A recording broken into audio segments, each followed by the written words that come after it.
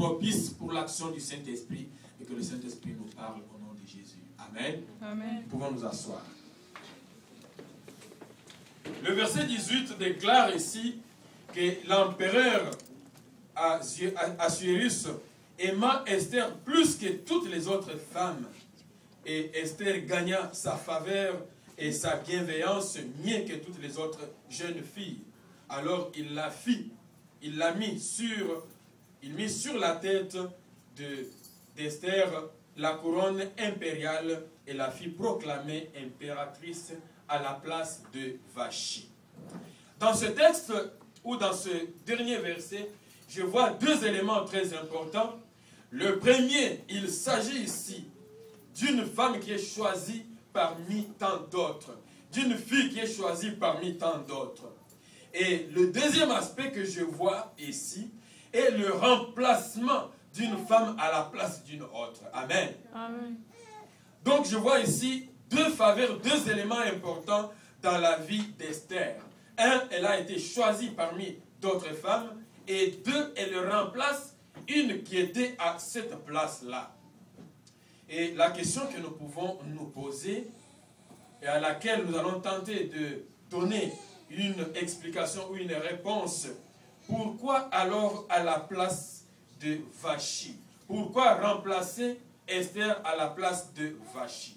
Mais avant de répondre à cette question et d'entrer dans le détail de notre message, j'aimerais, comme je disais tantôt, que notre thème de cet après-midi, le mariage est une compétition, et je peux me dire que le mariage est un combat, je peux dire aussi que le mariage est une sélection. Nous pouvons nous poser la question, et je vais rafraîchir notre mémoire, qu'est-ce que le mariage? Selon le petit Larousse, j'ai récolté une définition ici qui est bonne, je vais la lire à notre intention, ce n'est qu'un rappel. Le mariage est un acte solennel par lequel un homme et une femme établissent entre eux une union dont les conditions, les effets et la dissolution sont régis par les dispositions juridiques en vigueur dans leur pays, par les lois religieuses ou par la coutume. Amen.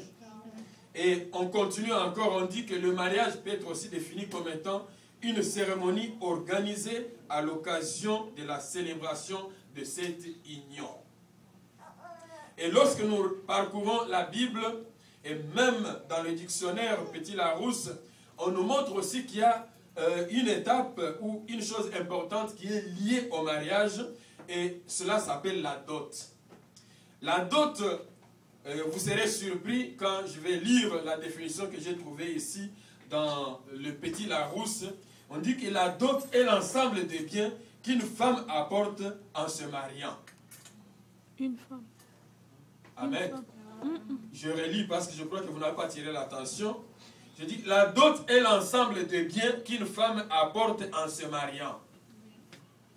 Et il ajoute aussi que la dot, c'est aussi l'ensemble des biens donnés par un tiers ou par contrat de mariage à l'un des époux.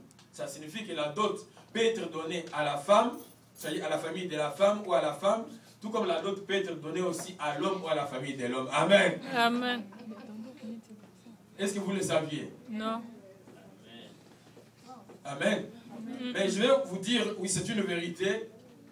Et le Larousse, le petit Larousse ne se trompe pas. Parce que je vais vous dire, j'ai eu des informations, j'ai essayé un peu de chercher, et j'ai parlé avec d'autres personnes. On m'a dit, effectivement, ici, dans le pays où nous sommes, par exemple, dans la nation québécoise, dans le temps, le mariage était contracté de cette façon. C'est la famille de l'homme qui donnait la dot à la famille de la femme. Ou c'est la famille de la femme qui donnait la dot à l'homme pour que l'homme puisse prendre leur femme à mariage. Amen. Donc on prenait la fille à mariage en donnant la dot. On donne à la femme des présents, tout ce qui est nécessaire pour qu'elle aille s'établir. Donc l'homme n'avait rien à dépenser. Stéphane, ça serait bon pour toi, n'est-ce pas? Amen. Très bon, comme ça, c'est très simple. Mais il y a aussi une autre variété ou une autre variante, c'est la famille de l'homme qui donne. Et je sais que pour nous, la plupart africains, et pour la plupart aussi dans certaines coutumes, c'est la famille de l'homme ou c'est l'homme qui donne la dot pour prendre la femme. Amen. Amen. Donc c'est variable selon les coutumes. Mais ce que j'aimerais rappeler ici est que, en ce qui concerne le mariage bien-aimé dans le Seigneur, il y a les étapes, il y a les procédures. Dans la procédure normale, je dis bien dans la procédure normale, dans la procédure régulière, il y a d'abord, la première chose, c'est la rencontre.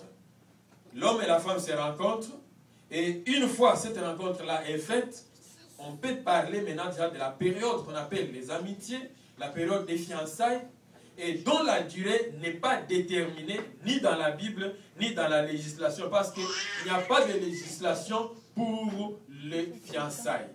Pour cette rencontre-là, il n'y a aucune législation. Le garçon et la fille se rencontrent, ils se parlent, ils se disent quelques mots, quelques flatteries, et ils commencent déjà à cheminer, et ils entrent déjà, c'est déjà le début de leur fiançailles, qu'ils vont bien sûr officialiser, mais il n'y a aucune législation qui existe pour cette partie-là de la vie. Mais le conseil que je vous donne comme père aujourd'hui, le conseil que je vous donne comme votre papa, comme votre pasteur, est que cette période-là ne puisse pas être la plus longue possible. Amen. Amen. Je vais vous donner mon expérience personnelle. Quand j'ai commencé à entrer dans la relation avec Christine ici, 2 semaines après, amen, je dis 2 semaines après, je la connaissais déjà, on se voyait, nous étions dans la même église, et 2 semaines après, parce que j'étais responsable de la jeunesse dans l'église, j'étais responsable de la jeunesse dans le presbytère, et je ne pouvais pas laisser passer un long temps pour qu'il y ait de murmures quelque part. 2 semaines après, je suis allé seul, pas avec les membres de ma famille, seul. Je suis allé voir ma belle-mère, ma future belle-mère. Je suis allé la voir. Je suis allé lui dire, je lui ai dit quelques mots. J'ai dit, si vous me voyez venir ici, dans les temps non réguliers, c'est-à-dire ce n'est pas le temps de la répétition, ce n'est pas le temps de la prière, ça signifie que j'ai un œil fixé sur votre fille. Amen. Je lui ai dit cela, comme ça. Je parlais seulement comme ça, tout bonnement. Et la maman a entendu ce que je lui ai dit.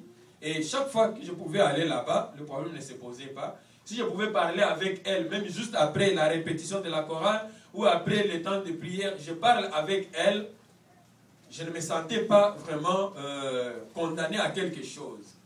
Et ce qui a fait qu'à un certain moment, les hommes nous regardent, les gens nous regardent. Et il y a un homme, un vieux papa dans le consistoire qui a regardé, qui a vu que, mais je vois qu'il y a une certaine intimité avec cet homme ici et la sœur. Et parce que le but de l'église, c'est de protéger. Quelqu'un peut dire protéger. Protéger. Le but de l'église, c'est de protéger. L'église ne peut pas permettre n'importe quelle relation. Et ma belle-mère, il y a un vieux papa qui va aller lui dire, écoute, sois attentive, hein. Nous voyons quelque chose. Nous voyons le président là de la jeunesse, nous le voyons commencer à parler beaucoup avec la fille. Qu'est-ce qui se passe? Faites attention parce que nous ne voulons pas. La maman dit, je connais déjà la situation. Amen. Je connais déjà la situation. Et le papa est rentré, au moins tranquillisé dans son cœur. Et même les paroles qui commençaient déjà un peu à infiltrer par-ci, par-là, cela était déjà éteint. Très important, bien-aimé dans le Seigneur, ne faites pas passer un long temps. Je parle aux frères, je parle aux sœurs dans l'église. Amen. Je vais vous donner quelquefois les exemples qui me concernent, mais nous allons rentrer plus dans la parole de Dieu pour que nous puissions voir certaines choses, comment ça s'est passé aussi dans le temps. Rappelez-vous, si vous avez lu avant-hier le texte de Samson. Samson est allé, il a vu une fille. Il a vu une fille, une belle fille, mais qui n'était pas de son peuple, qui était du peuple incirconcis. Quand Samson a vu la fille, il est tombé amoureux de cette fille-là. Qu'est-ce que Samson a fait? Il est allé voir ses parents. Il a dit à ses parents, j'aime une fille.